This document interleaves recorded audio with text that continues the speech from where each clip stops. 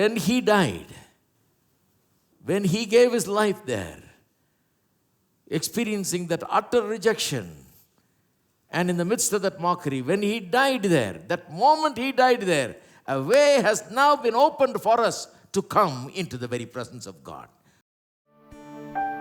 We fall down, we lay our crowns at the feet of Jesus.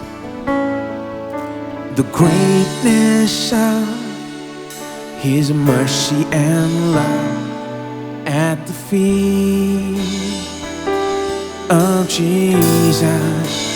We cry, holy, holy, holy. We cry, holy, holy, holy.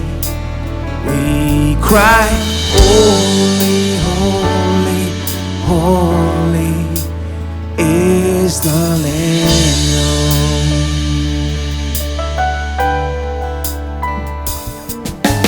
We fall down, we lay our crowns at the feet of Jesus. The greatness of His mercy and love at the feet of Jesus.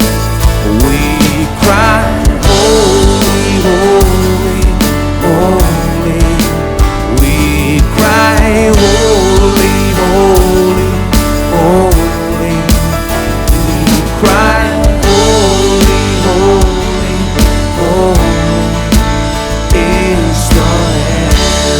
We cry, holy, holy, holy. We cry,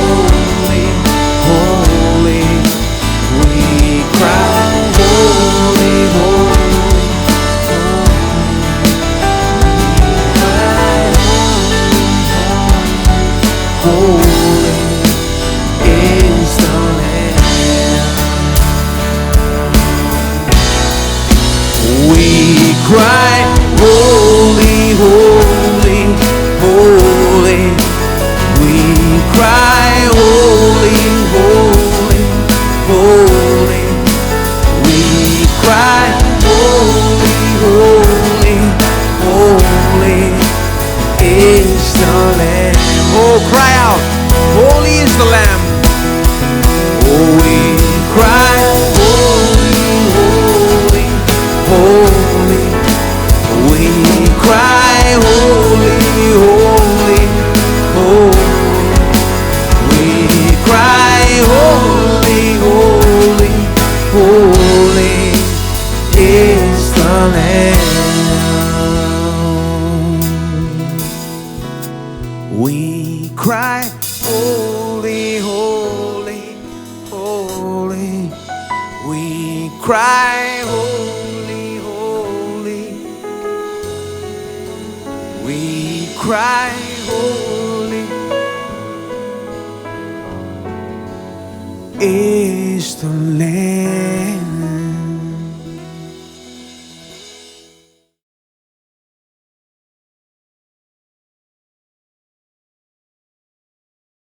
Matthew's Gospel, chapter 27. Let me read to you from verse 45 onwards. Now from the 6th hour until the 9th hour, there was a darkness over all the land. This is talking about the last moments or the last moments of Christ's suffering on the cross. It says, from the 6th hour until the 9th hour, there was darkness over all the land. About the 9th hour, Jesus cried out with a loud voice, saying, Eli, Eli, lama sabachthani. That is, my God, why have you forsaken me? Now, I think you need to understand what this cry means. This is called the cry of dereliction, cry of the one who has been forsaken. Jesus, it seems, was forsaken by God when he hung on the cross. He had to be forsaken because he had to carry the sin of all humanity. So before God, Here was God's Son carrying the sin of humanity, become sin, as Paul says. Literally embodied sin. The sin of the whole world was upon him. So the Bible says that God, who cannot even look upon sin, turned his face away from him, would not even look upon Jesus. And here Jesus on the cross cries out, my God, why hast thou forsaken me? Now this is not an ordinary cry. Here is a person who's been with the Father from the beginning. John's Gospel chapter 1 says, in the beginning was the Word, that is Jesus. He was with God. Jesus was with God. And he was God. So who is Jesus? He's the eternal Son of God. He's been from day one with the Father. Never been separated from the Father. Even when he came down to the earth and took on human flesh and was born in this world through the womb of Mary, he entered into this world as a man, but never was separated from the Father, really. He was always in constant touch with the Father. He was communing with the Father constantly. Remember, while he was on this earth, he would spend long periods of time with the Father, praying, communing with the Father. Always doing the will of the Father. Always knowing from the Father where he should go, what he should say, what he should do. He said, I'll never do anything that on my own. He says, only what the Father wants I do. Only what the Father wants to say, I say. And only what the Father wants to do, I do, he says. So all of his works, all of his teaching, everything came from a direct communion with the Father, where he constantly communed with the Father. He spent long hours communing with the Father. It was his joy and pleasure to commune with the Father. Sometimes he'll pray all night, spend time with God the Father. He was never out of touch with the Father, even though he was in the world. Such a person, that is, from all eternity he's been with the Father. Even when he came down in human form through Mary into this world, still he never really got cut off from the Father. He was continuing his relationship and intimacy with the Father. All of a sudden found himself cut off from the Father when he was hanging on the cross of Calvary because of the sin of humanity that he carried. All of a sudden, he finds himself separate from the Father, cut off from the Father. Father turning his face away, Father wanting to have nothing to do with the Son. Here he cries, my God, why hast thou forsaken me? And never has the Father not answered his cry and his call. His prayer never went answered. Remember, he said, standing at the grave of Lazarus, he said, Father, I thank you because you always hear my prayer. Always hear my prayer. 100% of the time Jesus prayed, 100% of the time answers came. First time in history, the only time when Jesus prayed, no answer came. He says, my God, why hast thou forsaken me? What a terrible feeling that must have been. Now, I've been a few times with a couple, with some people that have lived together as husband and wife for more than 60 years. Then one of them passes away. Have you ever been in a situation like that?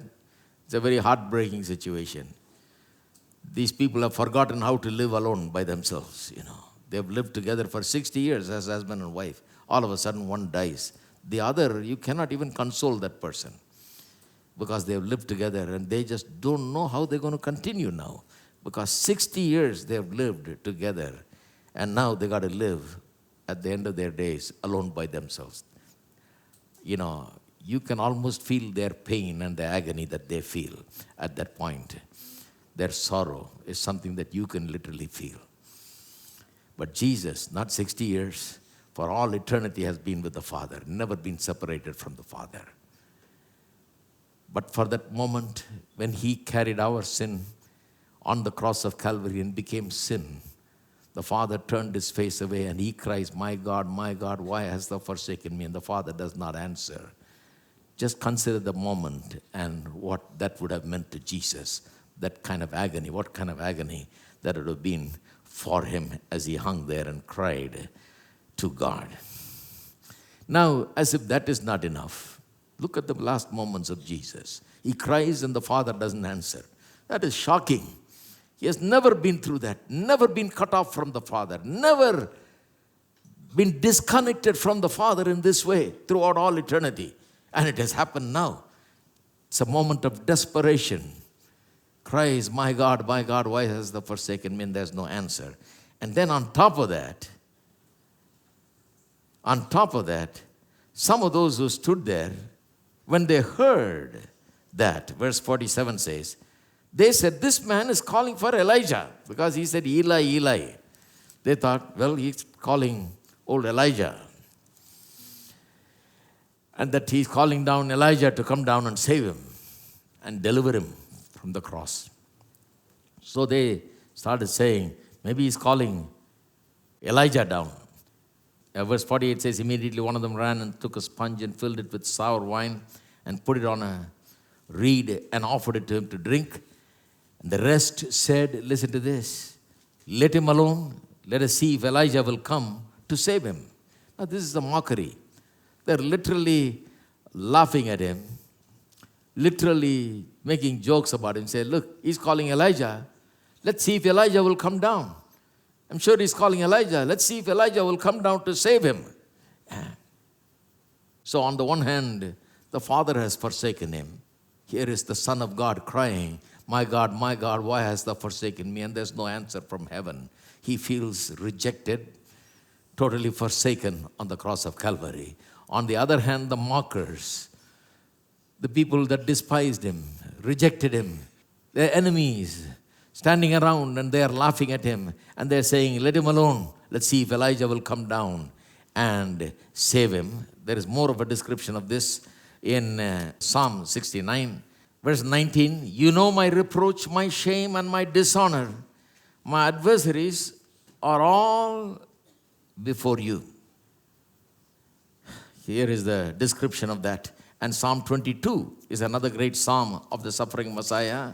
If you will go to Psalm 22, it further describes what the reproach is.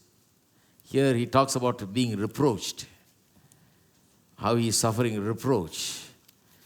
And Psalm 22 describes that reproach in so many words. Psalm 22 and verse 6 onwards. But I am a worm and no man, a reproach of men and despised by the people. All those who see me ridicule me. This is Jesus speaking from the cross. They shoot out the lips. Shoot out the lip. They shake the head saying, he trusted in the Lord. Let him rescue him. Let him deliver him since he delights in him. So here are people mocking him, reproaching him, laughing at him, saying, well, he trusted in the Lord, let him rescue him, let him deliver him. Since God delights in him, God is pleased with him. Remember, the voice came from heaven when Jesus was baptized, saying, this is my beloved Son in whom I am well pleased. Now they are mocking him, saying, well, he is the one that God is well pleased with. Where is he? Let him come and deliver him. So there's two kinds of things going on in the last moments. He's experiencing extreme rejection because the Father who sent him from heaven down into the earth as a human being to live and die here has placed the sin of the world upon him and forsaken him on the cross, forsaken him to die, so that he cries for the first time in his life in all eternity. He's got a new experience. He cries saying, my God, why hast thou forsaken me? And there is no answer from God. And right in the middle of that, there is also, on the other hand, mockery going on.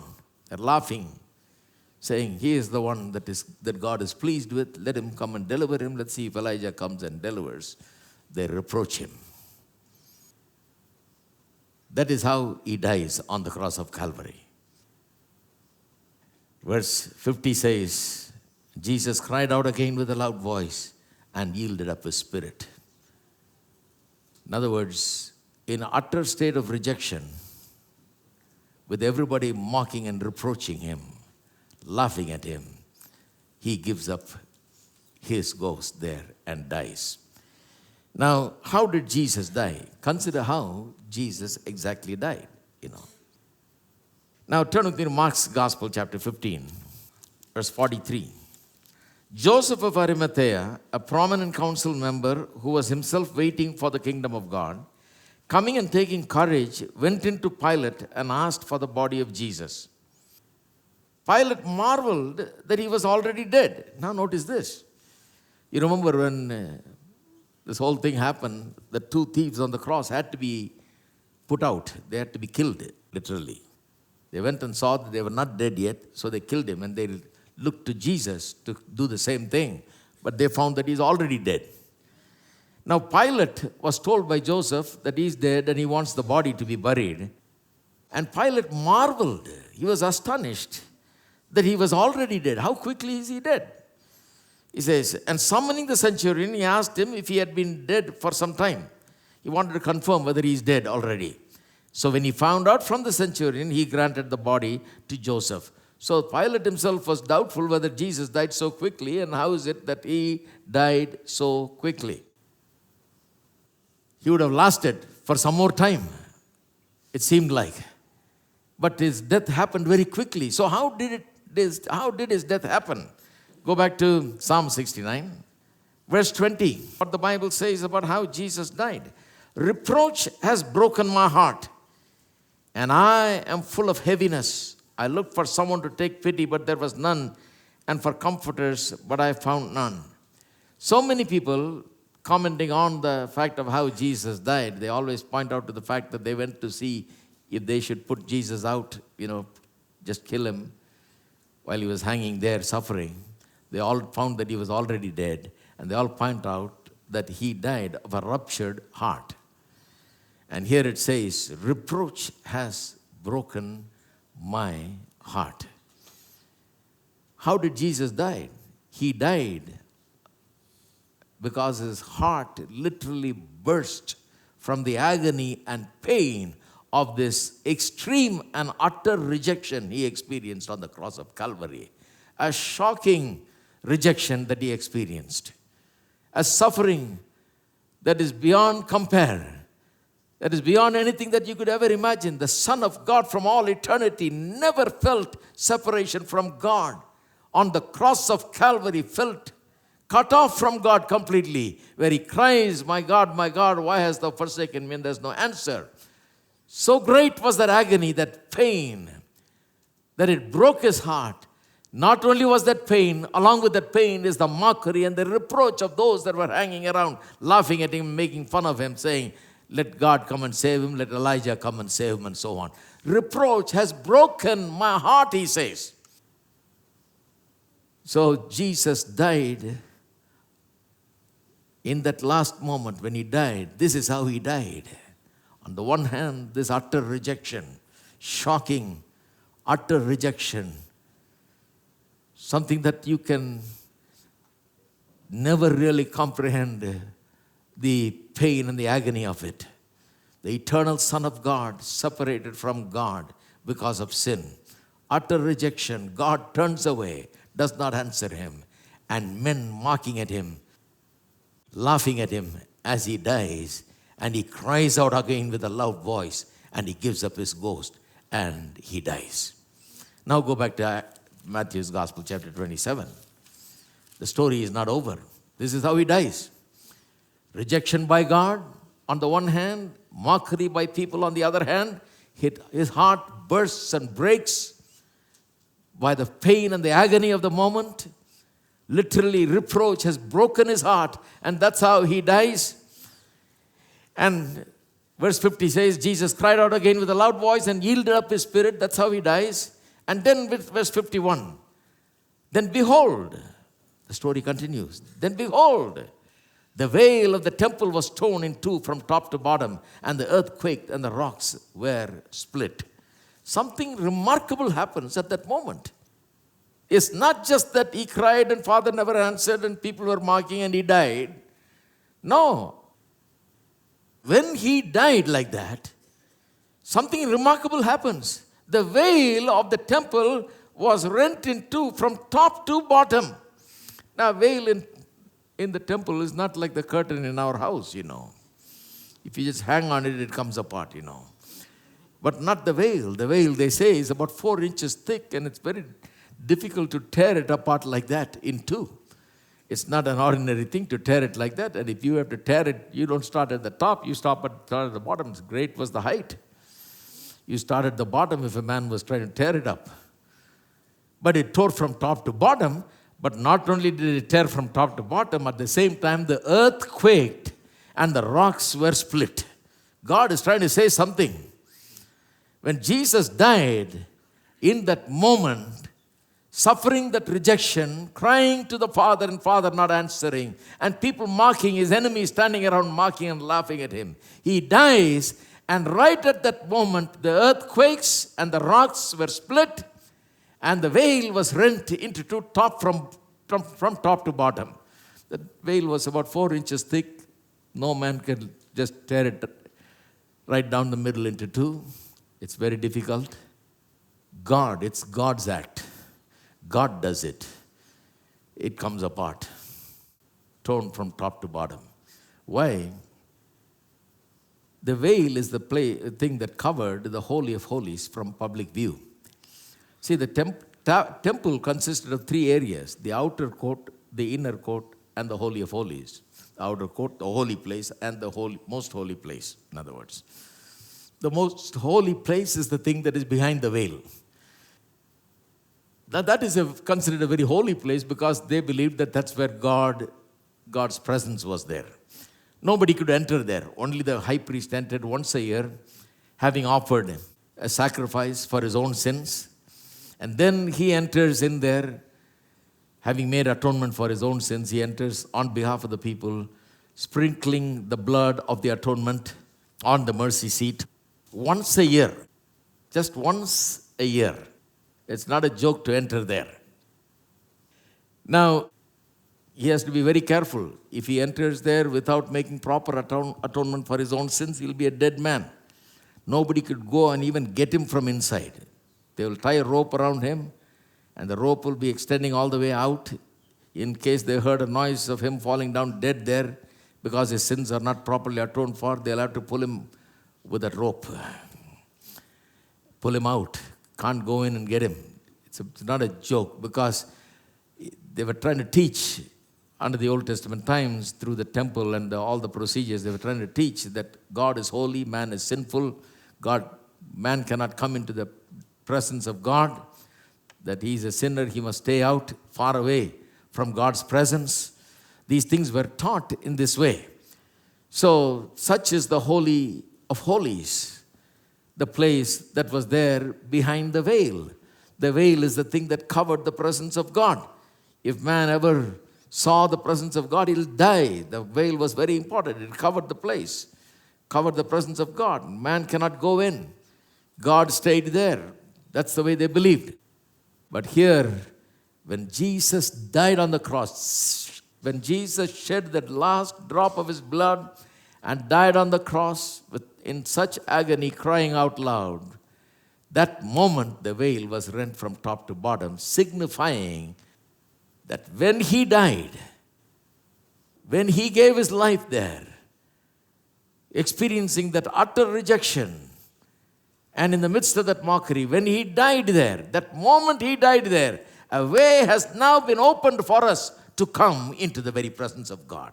Ordinary people that were standing out unworthy could now walk into the presence of God because a way has been opened for them to come into God's presence. That's what it was signifying.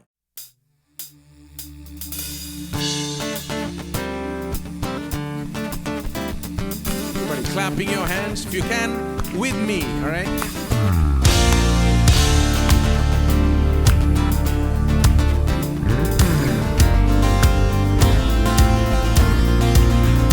Not by power, not by might, by my spirit, says the Lord. Not by power, not by might, by my spirit, says the Lord.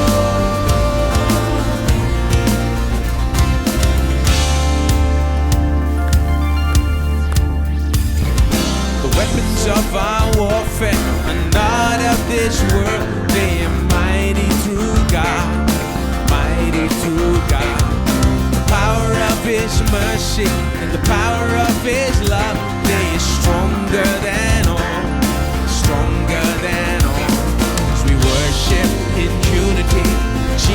Jesus our Lord. Victory comes in His name, by His word, not by power, and not by might, by my Spirit, says the Lord. Not by power, and not by might, by my Spirit, says the Lord. The weapons of our warfare are not of this world. They are mighty through God, mighty through God. The power of His mercy and the power of His love, they are stronger than all, stronger than all. As we worship in unity, Jesus our Lord. Victory